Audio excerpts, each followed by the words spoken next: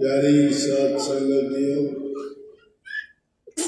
भाइयों बहनों बच्चों, जितने भी आप सत्संग लाभ के लिए आए हैं, शांति से बैठ के सत्संग का लाभ उठाएं। ये हमारा वार्षिक सत्संग है। जन्मदिन का भी बहाना हो जाता है, नहीं तो 2 सत्संग करने पड़ते थे, एक जन्मदिन के नाम का और एक सालाना भंडारे के नाम का। अब हमने सोचा दोनों को मिला के पास पास नज़दीक हो जाते हैं, इसीलिए एक ही हो जाए तो अच्छा है। जन्मदिन का तो सिर्फ बहाना है, हमारे लिए सबसे उत्तम, सबसे बड़ा, सबसे सुखदायी, सबसे ज़्यादा लाभकारी, कल्याणकारी तो सत्संग है। हमें जरूरत तो सत्संग की है। जन्मदिन का तो क्या मनाना है। महापुरुषों की वाणी अगर सुनोगे तो हमें समझ में आएगा कि जिस जन्मदिन को मनाते हैं वो खुशी का दिन नहीं बल्कि दुख का दिन होता है। दुख का दिन क्यों होता है कि इंसानी चौदह हमें इस दुनियादारी में, इस माया के देश में और इस काल के खेल में रच बच के कीमती जीवन को यूं ही बर्बाद नहीं करना चाहिए। कबीर साहब की वाणी आती है कि जीवन को थोड़ा भला जो हरी सुमन हो, लाख वर्ष का जीवन आप कोटे धरे न करें। जीवन का उसका महत्व है जिसमें नेक काम किए जाएं। नेक कामों में परहित है, पर उपकार है, दूसरे लोगों के कल्याणकारी और सेवा के कार्य हैं, वो आ जाते हैं। लेकिन मुख्य करके जो इस जीव के काम की चीज़ है वो हरि की भक्ति है। इसीलिए कि अगर जीवन थोड़ा भी हो लेकिन उसे हरि सुमन किया गया है तो वो जीव के हित का है, वो जीव के काम आने वाली चीज है। संसार के पदार्थों में तो कितने देखोगे इतिहास के पन्ने भरे पड़े, जिन्होंने दूसरे राजाओं पर अत्याचार जुल्म करके उनके राज छीन लिए, गरीब प्रजा को बिना किसी कारण के दुख दिए उनको मार दिया, उनके साथ युद्ध लड़े, उनको चीज़ों के लिए तड़फा दिया। किसी का अंग भंग होता है, किसी को और दूसरी पीड़ा होती है, उनकी जिंदगी में इस तरह के दुख भरे उन्होंने किस लिए, लूट खसूट की उन्होंने किस लिए, आम प्रजा का खून चूस के उन्होंने महल किले बनाए किस लिए, चंद रोज की खुशी के लिए और इंद्रिय भोग और रसों में पड़ने के लिए, जो इसके बर्बादी के सिवाय कोई खुशी, शांति और संतोष देने वाली चीज नहीं। बात सबर की ये भी वाणी ऐसी प्रकार की आई कि सामने सबर बड़ा हथियार रखेगा कोई सूरमा। सूरमा उसको नहीं कहते कि किसी युद्ध में, लड़ाई में किसी दूसरे आदमी को पसार दे, हरा दे, उसका सब कुछ छीन दे, हड़प, वो सूरवीर नहीं कहलाता। सूरवीर तो वो होता है जो इंसान अपने मन और इंद्रियों को काबू करके जीते और अपने जीवन को सार्थक बनाए। सार्थक बनाने का मतलब है कि उसमें परहित के काम करे, शारीरिक रूप से, मन से, आत्मा से। 3 चीज़ों से जो कर्म करते हैं, मन, वचन और कर्म से। शास्त्रों ने उनको मनसा वाचा कर्म न कहा है और उसके लिए कहा कि मनसा वाचा कर्म न काहू मत दे। अगर भक्ति का, नाम का आनंद और रस लेना चाहते हो तो मन, वचन और कर्म से किसी को दुख ना देके अच्छे नेक काम करो, शरीर से सेवा करो, मन में अच्छे ख्यालात और अच्छे संकल्प और विचार रखो, क्योंकि हमारे विचारों से ही तो हमारा जीवन बनता है। विचारों से तो हम शरीर के द्वारा काम बनाते हैं, जो हमें ख्याल कभी उठता ही नहीं, वो काम कोई करता ही नहीं। पागलों को देखते हो तो कोई ख्याल ही नहीं है तो कोई काम नहीं करते, घूमते रहते हैं। लेकिन जिसको जो विचार आता है वो वही संकल्प लेकर काम करना चाहता है। इसलिए शरीर से सेवा के कार्य, परहित के कार्य, दूसरों की मदद करना, सब जीवों पर जितना भी हो सकता है उनको जो भी मदद कर सकते हो शरीर से वो करनी चाहिए। मन को शुद्ध और पवित्र रखना चाहिए, क्योंकि मन में जो भी कल्पना उठाओगे, जो भी इसमें गुनाह उठते हैं, विचार उठते हैं, वही हमारा जीवन का आधार बना जाता है। जिसको ख्याल मन में उठता नहीं वो कोई काम करना चाहता भी नहीं। कोई भी अगर काम करोगे पहले मन के अंदर वो ख्याल उठता है, फिर उसके बारे में सोचा जाता है कि इसका फल क्या होगा, और जब कर्म फल देखा जाता है तो जो माया द्वारा रचित ये आडंबर है हम उसी में फंस के रह जाते हैं। उसमें हम अपने शरीर की सुख, कुछ समय के लिए आनंद, इंद्रिय सुख देखना चाहते हैं, लेकिन जो आत्मिक आनंद है उसकी ओर हमारा ख्याल नहीं। आत्मिक आनंद प्रभु के नाम में, हरि के सुमरन में, उसका ध्यान करने में है। लेकिन उसको ध्यान करने से पहले इंसान को पवित्र बनना पड़ेगा। पवित्र बनने के लिए क्या है कि सतगुरु का सानिध्य, महापुरुषों की संगति, उनके वचन का सुनना, उसका अमल करना और उनके बताए हुए रास्ते पर चल के अपने जीवन को उठाना। लेकिन जब हमें संशय ये हो जाता है, हम भूले हुए हैं, हमारी संकल्प सिद्धि नहीं रही। क्यों नहीं रही कि संकल्प उसी इंसान के दृढ़ होंगे जिनका मन मजबूत है, ख्यालात अच्छे हैं और उनका विश्वास और संकल्प पक्का है।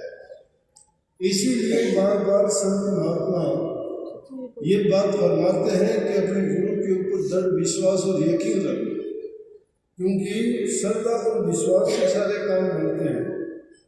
जिसको कोई यकीन नहीं, श्रद्धा नहीं, विश्वास नहीं, तो वो कहीं भी जाए वो कहीं सफलता नहीं मिल सकती उसको कहीं भी शांति नहीं मिल सकती, कहीं भी वो टिक नहीं सकता।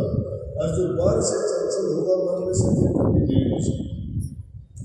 मन के अंदर स्थिर वही हो सकता है जो बाहर से स्थिर हो जाए, और स्थिरता का उसका दिखावा क्या होगा, कौन सी चीज उसमें सहायता करने वाली आसानी कि जब जब ऐसे वक्त आते हैं महापुरुषों को चेताते रहते हैं, किसी न किसी बहाने से, चाहे उनको वो चेतावनी दे, चाहे उनको किसी प्रकार का डर और भय दिखाए, चाहे उनको दूसरी तरफ कोई लालच दे, परंतु उनका काम जीवों के कल्याण के लिए है। जैसे थोड़ी देर पहले इसमें आया था ना कि जब साल का लेखा जोखा बताया, उससे पहले कहा कि आग लगी आकाश में और झड़ पड़े अंगार। आकाश में आग नहीं लगेगी, आग इस दुनिया में लगी हुई है, और झड़ पड़ने वाले अंगार क्या है, वो लालसाएं हैं, हमारी तृष्णाएं हैं, हमारी इच्छाएं हैं, वो हमारी वासनाएं हैं। वो इंसान को इधर से उधर जिस प्रकार से फुटबॉल के मैदान में उसको ठोकर लगती फिरती है, इस जीव की हमने ये हालत बना दी। लेकिन आगे बात तो कई बड़ी बात कह दी कि संत न होते जगत में तो जग करता संसार। अब आप कहोगे अगर वो अग्नि रूप थे तो उनसे खत्म क्यों नहीं, खत्म होते जाते हैं, लेकिन समय लगता है। संत जहाँ होते हैं, संत उस हरि नाम की चर्चा, उनका गुणगान करके और इंसान के जीवन के बारे में समझा के और बताने वाली और समझने वाली बात क्या है कि जिस देश में हम रहते हैं ये हमारा देश नहीं है, ये रूह का देश नहीं है। ये शरीर तो 5 गुणों से निर्मित है। ये जो एक खोड़ है हमारे शरीर के ऊपर, एक झूठा अहंकार है जिसको हम मान लेते हैं, जिसको नाम रखते हैं, जिसकी पहचान करते हैं। रूप का कोई रूप नहीं है, कोई आकार नहीं है, वो तो अरूप है। उसको जानना, एक ही रूप है वो सबको, उसी घर से आने वाली वो एक समुद्र का कतरा एक बूंद उससे बिछड़ी हुई है, उसमें भी वही गुण है। लेकिन हमने शायद इस दुनिया का इस बनावट के ऊपर का जो पिंजरा है इसको हमने मैं मान लिया है, हमने इसको इंसान मान लिया है और उसी की पूजा पाठ में, उसी को बनाने में, उसी को सुख देने में लगे हुए हैं। लेकिन एक दिन वो तो यही कुछ समय के बाद टूट जाएगा, बिखर जाएगा और अपने अपने वो तत्व मिट्टी में मिल जाएगी, हवा मिल जाएगी, अग्नि में मिल जाएगी। लेकिन जो परम तत्व है उसको यहाँ मिलेगा, वो वहाँ में नहीं जा सकता। क्यों नहीं जा सकता? कि वो रास्ता भूल चुका है। तो उस रास्ते को याद दिलाने के लिए महापुरुष प्रकट होकर आपके इस जीव को चेताते हैं कि जिस दुनिया में रहते हैं दुनिया तुम्हारी नहीं, ये जेड़ है और जेड़ भी काल की है। वो हमको इसमें डाल दिया गया है और जब भी निकलने का प्रयास करते हैं तो काल उनको धोखा डालता, लालच देता। इसीलिए ये उस चोगे को पकड़ के फंस जाते हैं, उस लालच में बहे चले जाते हैं और उसको प्राप्त करने के लिए एक दूसरे से छीनने के चक्कर में लड़ाई होती है, झगड़े होते हैं, बैर होता है, वैमनस्य होता है, ईर्ष्या होती है, द्वेष होता है। ये चीज़ें उनमें जब घर कर लेती हैं, इंसान को मारता है, दूसरे जीव एक दूसरे को मारते हैं। सिर्फ ताकतवर ही जीव जीना चाहता है, जिसमें हर एक शक्ति है वही जीना चाहता है। क्यों? कि उसके विधि और विधान पालने रचे हैं, माया ने बनाए, तो उन्हें नहीं बनाए। कोई भी बात अगर होती है तो हम उनको दोष दे देते हैं कि मालिक ये क्यों किया, मालिक ने ये गलत किया। अरे उसका विधान पक्का, वो गलत नहीं करता, वो तो एकदम सही करता है। लेकिन हम जो भूले हुए हैं, भ्रमित हैं और भ्रमों और आडंबरों में पड़ के हम ये सब कुछ भूल चुके हैं कि हम कौन हैं, क्यों आए थे और क्या करना। जिसको महाराज जी ने चैन में बहुत अच्छी तरह से कहा है कि इस बात को तो विचारते ही नहीं कि हम कौन थे, क्यों आए थे और क्या करना था। ये जब हमें पहचान में आ जाती है बात, फिर सोचते हैं कि समय की कीमत क्या। ये रोजाना जन्मदिन मना के जो खुशी मनाते हो, केक काटते हो, तोहफे देते हो, खुशियां मनाते हो, ये तो दुख मनाना पड़ता है। इतने दिन खो दिए हमने। कोई अपनी पूंजी को लुटा के खुश होता है क्या? अपने आप को बुद्धिमान समझते हैं, समझदार मानते हैं, लेकिन उस कीमती जीवन में से जो समय गवा दिया। अब कोई 77वां, कोई 78वां साल मनाते खुद ही उसमें क्या किया हमने। महापुरुषों ने ये कहा है, क्या किया है आए के क्या करेंगे जाए, इतके भले में उठ के साले मुंह लगाए। अरे हमने क्या किया यहाँ आके और क्या आगे आके करेंगे। जो मूल था उसी को खो दिया, उस पूंजी को खो दिया, तो ब्याज भी गया, पूंजी भी गई, क्या मिलेगा हमें। इसलिए खुशी नहीं, हमें पश्चाताप करना चाहिए, लेकिन पश्चाताप भी नहीं करना चाहिए। समझ लेनी चाहिए, समझ में विवेक पूर्ण होनी चाहिए। हमारी समझ में विवेक क्या होना चाहिए कि इस जीवन में जिस उद्देश्य के लिए, जिस कार्य को पूरा करने के लिए आए थे वो करना चाहिए। और वो हमारा कार्य कहना प्रभु को याद करना। अब में माया द्वारा रचित है, माया हमारी आंखों के ऊपर पट्टी बांध देती है, दूसरी चीजों को दिखा के चकाचौंध और अंधा बना देती है। इंसान अपने लालच और स्वार्थ के लिए उसका कोई सगा, कोई अपना, कोई प्यारा नहीं है। कोई गुरु शिष्य के लिहाज नहीं, कोई बेटे पिता के लिहाज नहीं, कोई बेटी माँ बाप की इसके नाते बिखरते हुए पैर नहीं लगाते। क्यों ऐसा होता है? उनके अंदर स्वार्थ जब सर्वोपरि हो जाता है, लालच जब इंसान के अंदर बढ़ जाता है, वो इंसान को बर्बाद करता है। वो उसको फिर उस रास्ते पे ऐसा लेके जाता है कि उसको भले बुरे की पहचान नहीं रह जाती। वो सिर्फ अपने ही हित की, अपने ही स्वार्थ के लिए जीवन जीता है। ये सबको पता है, जीवन का अंत भी मृत्यु है। मृत्यु ऐसी है कि दोबारा नहीं आना। ये भी नहीं पता कि उस मंजिल पर जाओगे तो क्या हो। अरे जितने उल्टे सीधे काम करके झूठ कपट बेईमानी करके लोगों से छीना झपटी करके भ्रष्टाचार करके किसी की आत्मा को दुखा के तुम कुछ इकट्ठा कर लेते हो, तो क्या अंत समय में किसी को कुछ यहाँ से ले जाते हुए देखा है क्या? एक सुई तक नहीं लेके जाते।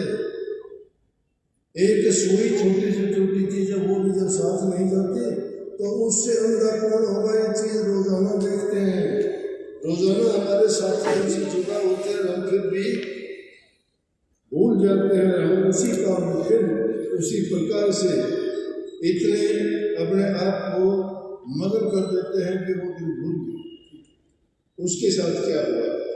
बड़ी बड़ी बातें हम बनाया करते हैं, कभी रावण का नाम लेते हैं तो कभी हिटलर सिकंदर का नाम लेते हैं, तो कितने ऐसे और उदाहरण हैं जिनके नाम लेके कहते हैं, लेकिन उनको समझाने के लिए उन महापुरुषों के भी तो नाम लेते हैं जिन्होंने आदर्श कायम जो दुनिया को एक संदेश देके गए। हम तो वफादारी बदलते देर नहीं लगते। गंगा गए गंगा दास हो जाते हैं, जमुना गए जमुना दास हो जाते हैं। हमारा मतलब उसीदा होना चाहिए कहीं भी जाओ। अरे मन के अंदर विश्वास तुम्हारा है, दृढ़ है, तुम्हें मिलेगा तो अपने गुरु से मिलेगा, उनके संग से मिलेगा।